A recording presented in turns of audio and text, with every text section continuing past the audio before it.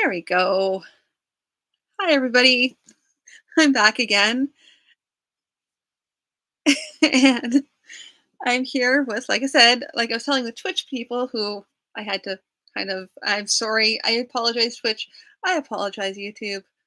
YouTube, you don't know any better because you're just starting. But Twitch, you guys have been so patient. Thank you very much. Everyone who has streamed in and went, what is going on? And then just left. Sorry. Having a little bit of technical issues with a different streaming service. Um, yeah. So this is my channel. My name is Beth Wagner. For those of you who are new to the channel, I don't know if there are any, but that's okay.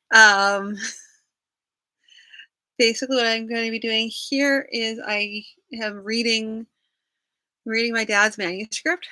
I, for those of you who don't know who I am, I have I am a literary executor of my dad's literary estate, which means it falls to me to look after and protect his novels and all of his literary, basically literary estate, everything he wrote, lack of a better term.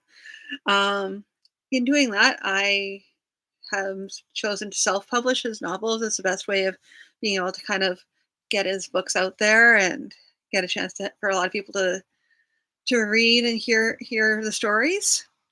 And this is the most recent one that I'm gonna be working on.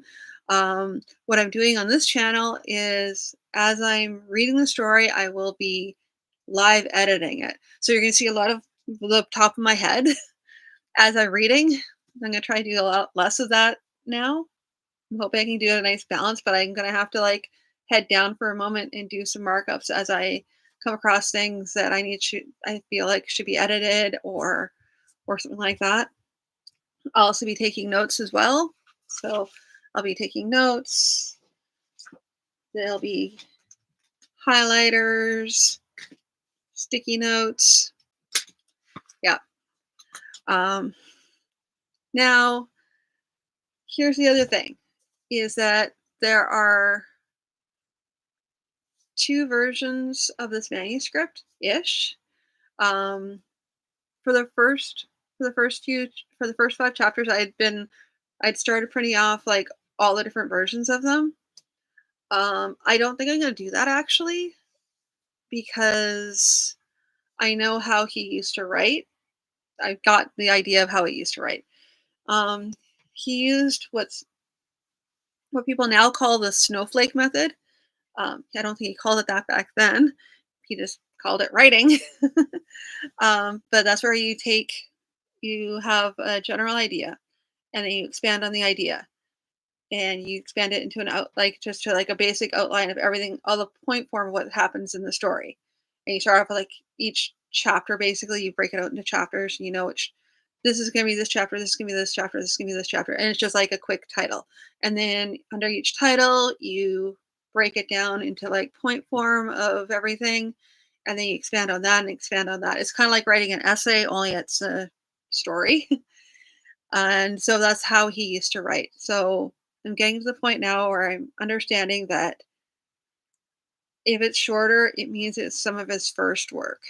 Now, I might go back and read over some parts if I don't really if something really doesn't gel with the later version, I might go back to some of the older versions that are shorter and see where the initial idea was so that I can expand on that. I'm going to try and keep this brief though, because I've already taken up quite a bit of time and I there's so much. So when choosing this novel is called Harem Saga. I'm not sure if that was if he purposely chose that name or if it just was a name that came to him. It's hard to say. It's hard to say with him. Um, but in choosing this, I have a unique how do I want to put this? It's just really, really interesting how this came about because I pulled the story. I was like, this looks like a good story. It's an older story of his. He originally started writing it in 1989. Um, when I went to pull that, I went into a drawer where I have a bunch of like paper manuscripts, and there's some like there's these things saying notes for Harem Saga slash 40 ponies. That is the next drawing I'll be reading after this one, which is apparently the next one in the series. So there's like two novels that have been fully written. It might be open ended, so there might be more. I I believe this to be true because after that I came across.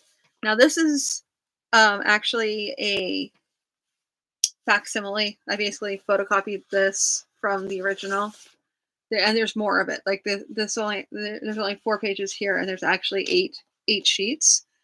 But it's a map, and not only is this a map though, I already recognize this map because this is the map that my dad used to run D&D for me on. So, and yes, my dad was my first DM, and I am not a young person, so it's like, yeah.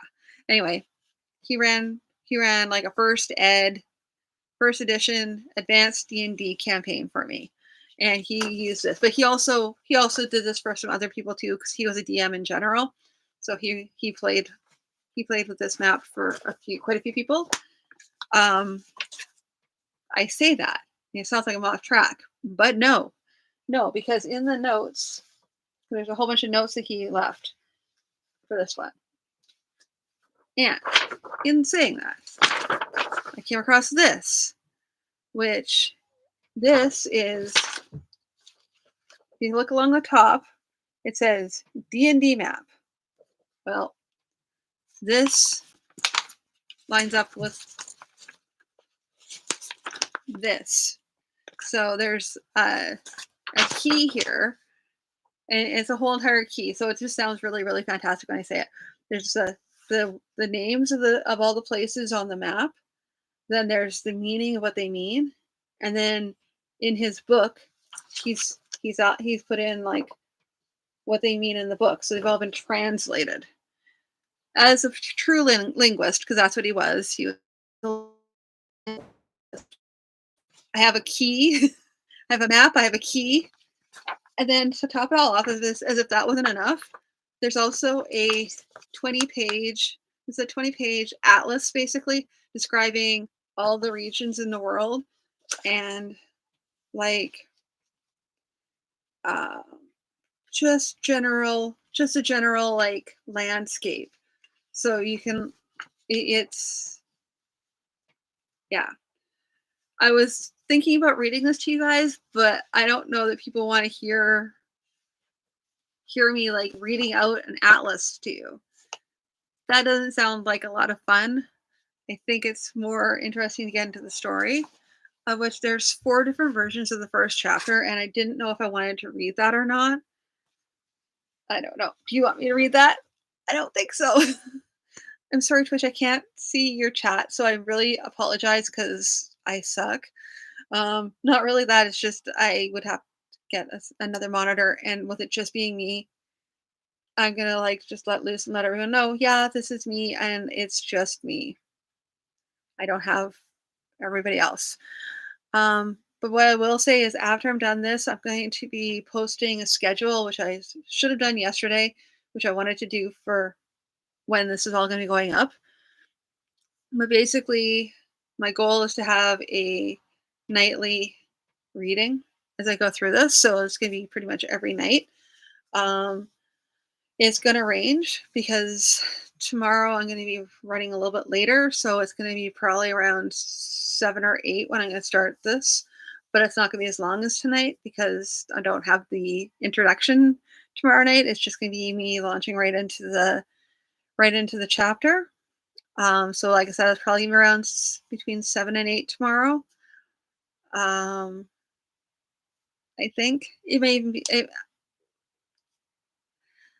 the schedule is gonna be a little bit woo until I can like let everybody know for sure. But typically, is my goal is to have it start between five to seven. It's kind of like pardon me, my spot. I don't wanna start later than that. And yeah, if I've started after 7, it means bad things have happened. Uh, or else or else, like, tomorrow, I simply have a meeting I have to be at, so bad. Anyway, uh, so without further ado, I think what I'm gonna do for tonight, just to, like, keep it simple, is I'm gonna go with the most complete version I have of this, which I believe to be yeah, because I have the 1994 version, which was typed up from 1989. I have the 1997 version, which is weird. That's formatting, so it's super long. And I have the 2000, and then I have the 2001 edition. So I'm going to do the 2001 edition. I'm going to get my pen and markers all ready to go. And yes, if anyone does want me to read out the atlas, just leave it in the comments and I will review the chat and go, maybe. And I might just do like a special warning, this is an atlas reading. That's not tonight.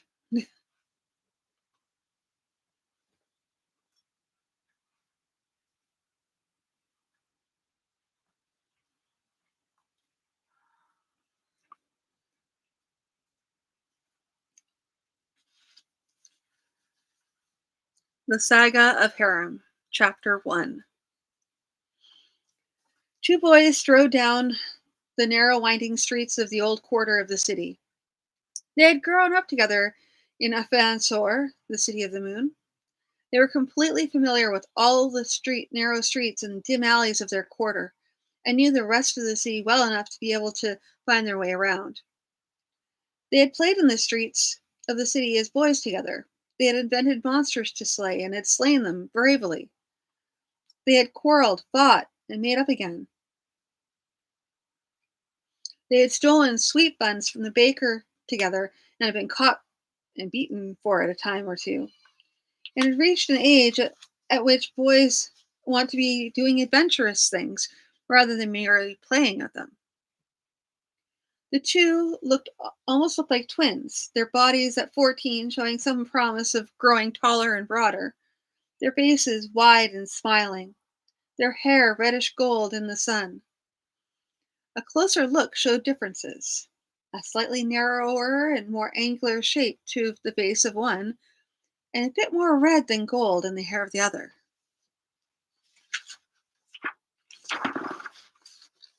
It was the one with the redder hair who spoke as they came to a part of the city where the baked mud brick gave way to sandstone as building material. Are you sure they'll take us, Merritt? Of course I am, Harem. I told you. I talked with them last night, and they agreed to consider taking us on. Both of us. They're not like Saradin's band. Not at all. But it'll be a start.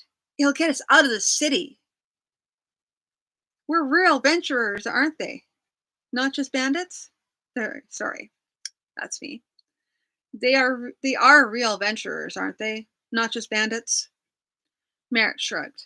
Near as I can tell, there are three of them: a big warrior, a woman who seems to be a scout, and another man who looks as much like a mage as any man I've seen. They claim to be venturers, and that satisfies me. They were now coming up to the front of the squad. Sorry, they're coming up to the front of this squat gray tan building with the weathered and peeling sign showing a barking dog atop the skeletal remains of some four-footed animal. The fact that this inn, and not some other, was their destination encouraged Harem a little bit. He knew that although the dog and bones did not attract the highest class of clientele, the proprietor did attempt to discourage the riffraff and the scum of city from hanging about. Even so, Harem doubted that Saradin and his band would patronize this establishment. But then not everyone had the high reputation of Sheridan in his band. He followed Merritt inside. They paused a moment to let their eyes get used to the dimness. The inn was lit after a fashion. Oil lamps. Just give me a second here.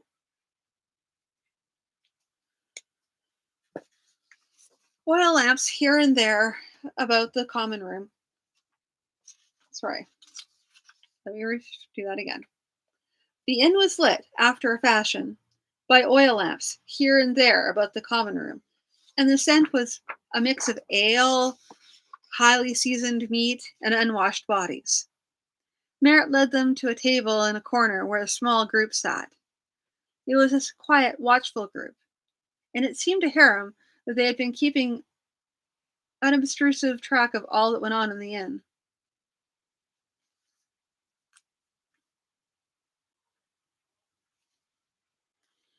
There was a tall, broad man with black hair and beard, wearing a chainmail shirt. He had a sword belted at his waist, and a helmet sat on the table in front of him. Harum was too impressed with him to note much else, but a person of more experience would have seen that the surcoat was patched several times, and that the armor was also patched, with a few spots where rings had sprung loose and had not been replaced. There was a woman also, who wore only a leather jacket and carried a light sword at her waist. She wore her fair hair tied back, and was light of complexion, and when Harum looked at her eyes, he got an uneasy feeling that she had already measured him up and found him wanting. There was an air about her of one who might, for any insult, real or fancied, use the sword she wore. The other man was light in build, with red hair liberally sprinkled with white. He wore a boiled leather cuirass. Sorry, this word always gets me. I do apologize. I may eventually listen to it and hear how it's supposed to be pronounced. Until then, it's curious. I, I'm sorry for butchering the English language. That's on me.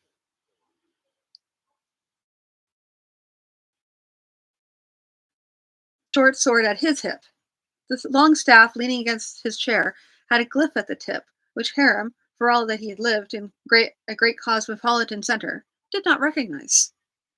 The woman waved them over, but did not smile in greeting them. So did you come? So you did come. I said I would. Sorry, I said I would, lady, Merritt answered.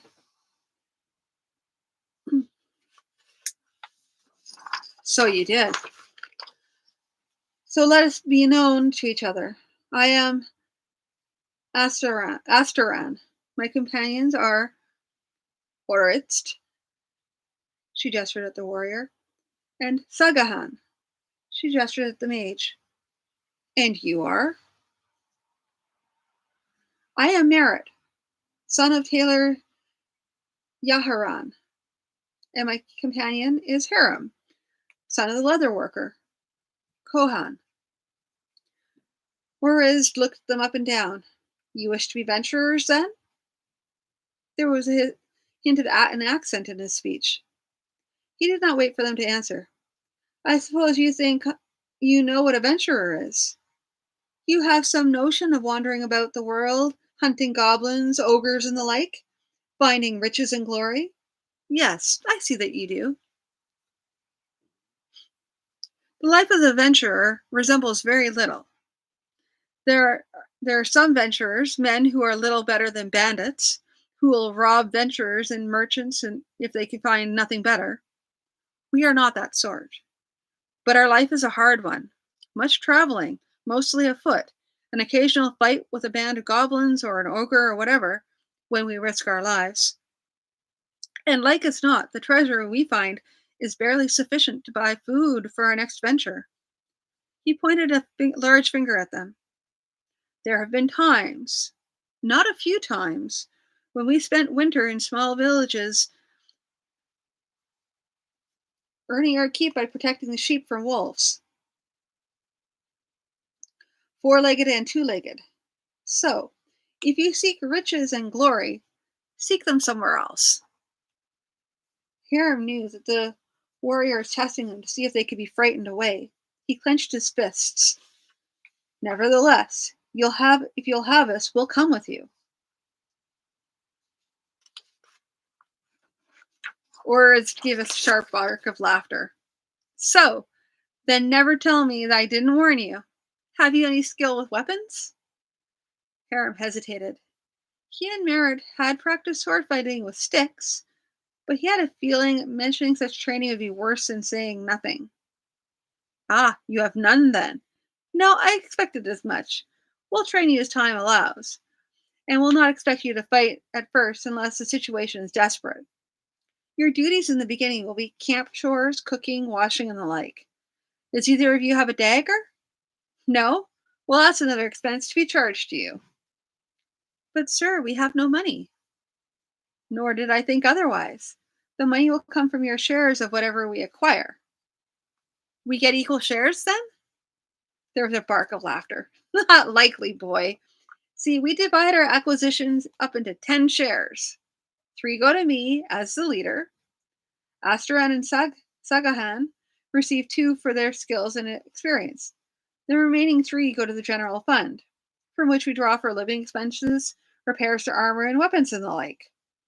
You'll be given your food and clothing while you remain with us, but no shares until such time as you've proven yourself to be a part of us. At that time, you will receive a half a share each. As time goes on and you become more experienced, your share will become larger. If you're not satisfied with that, then you may find some other band of venturers to take you. But I warn you, most other venturers treat newcomers the same way. He stopped watching them, waiting for their response. Hiram looked at Merritt, then back at Orist. I will still join unless you have changed your mind. And I will as well, said Merritt somewhat defiantly. Orist stared at them for a few moments, then finally smiled. Done, then. You are part of us, to become partners if you survive to please us. They went out shortly after to buy a pair of daggers. As they went, Merritt whispered, Did you tell your parents? Yes. What did they say? They don't like it much. Only mother finally said to dad, it'd be best if let me go willingly and let me come back home when I found what sort of life it was in the wild. Your parents? I never told them. I knew they'd do is they'd do all they could to stop me, perhaps even call the watch and accuse the band of kidnapping. Best they know nothing. But they'll find out when they talk to my parents. And by that time, we'll be far away. Okay, give me a second here. I have to write something down.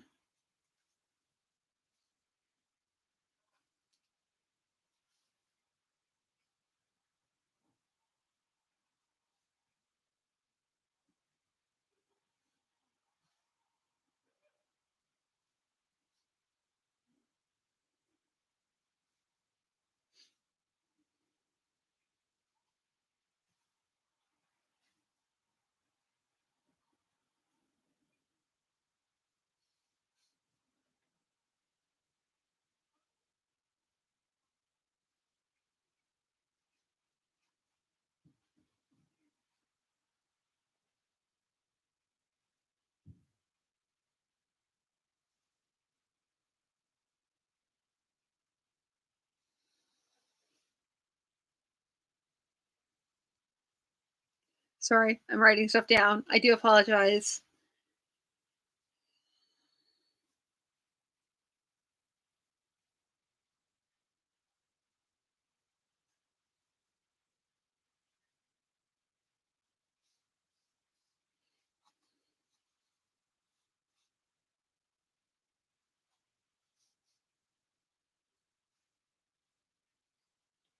Yeah, so it's just fascinating to watch me like write things down. Sorry about that, guys. I am almost done. I just had to finish writing some notes. This is where the editing comes in because I just want to get this all written down while it's fresh. And then later on tonight, I'll be working on this some more. Yeah.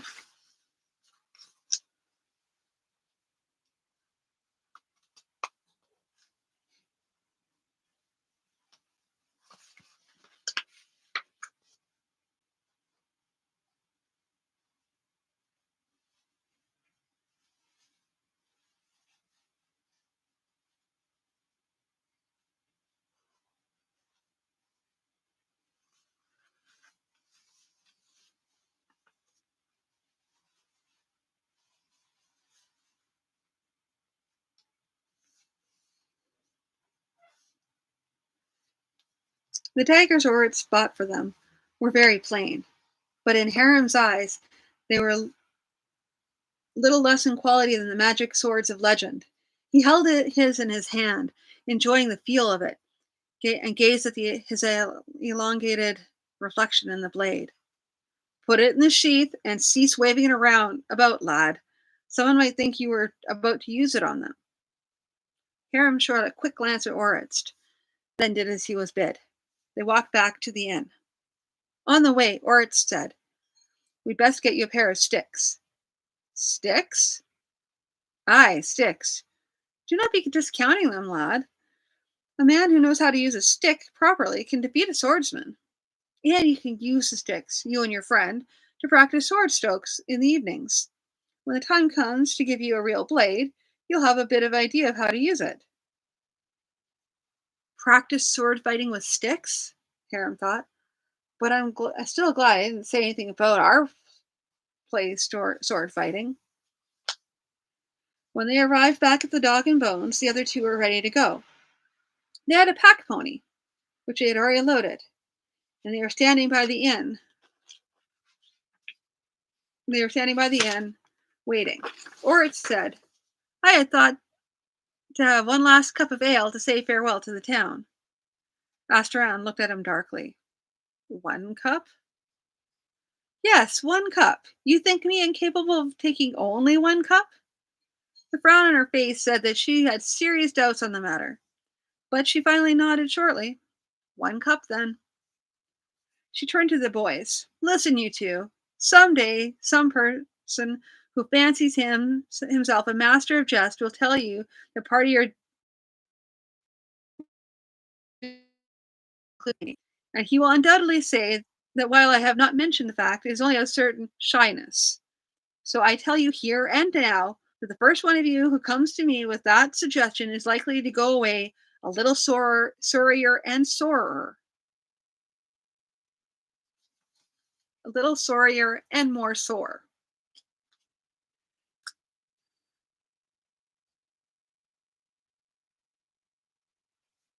Before you ask, no, I am not a lover of women. But when I am bedded, it is not by some awkward child who fancies himself a man. Is that clear? Before her fierce gaze, the two could only nod their heads dumbly. Ords chuckled. "Look now, Asteran, you've frightened them out of their wits. Huh. If they had a wit between them, they wouldn't have chose to become venturers. So come, let's have one cup of ale and be away." Okay. So that was the first chapter. um, I could do the other chapters, but they're probably going to say very much the same thing. I'm going to, after I'm done this and I'm wrapping everything up, I'm going to read the other chapters to see how different they are and if there's anything really worth pulling from them. Um, but again, I feel like that might be boring for you guys. If it's not, you want to hear all of the different versions of the same chapter being read over again, then let me know. Um, and maybe I'll do that. But in the meantime, I'm going to be kind of trying to see if I can find where they start out on this map, because that'd be kind of cool. And I know they start somewhere on this map because there's other parts of this thing that that line up unless it's all just pretty sure. Pretty sure. Okay, that's the thing I did.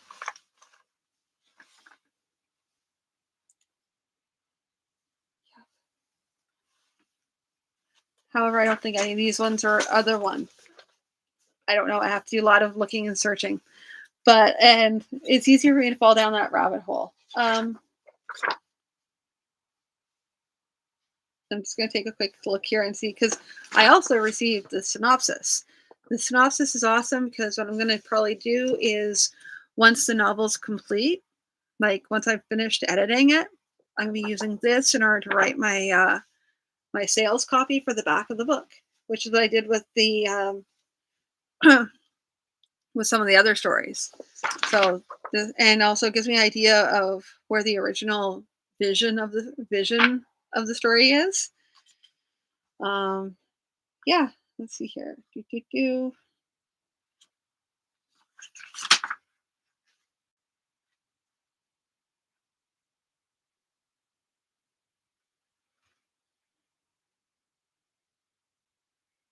Nope,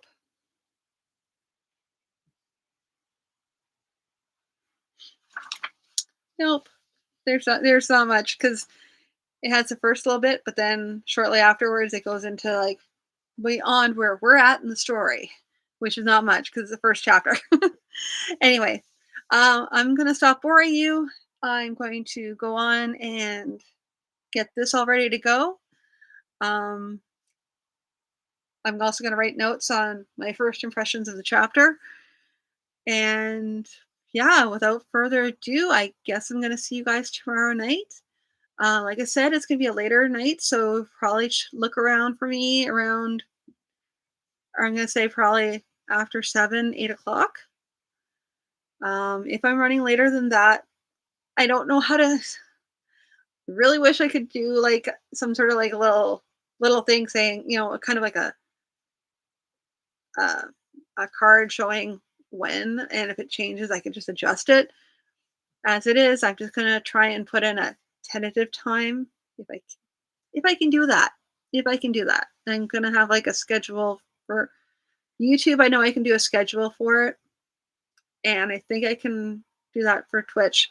I'm gonna figure that all out tonight, and I will talk to you all again tomorrow. Though at some point, it'll happen, and if everybody misses it, you can always rewatch it because I try and save everything. But thank you both. Thank you everybody for tuning in. Again, Twitch, thank you for your patience while I tried to get YouTube up and running. Um, yeah, I'll talk to you all again tomorrow. So have a good night.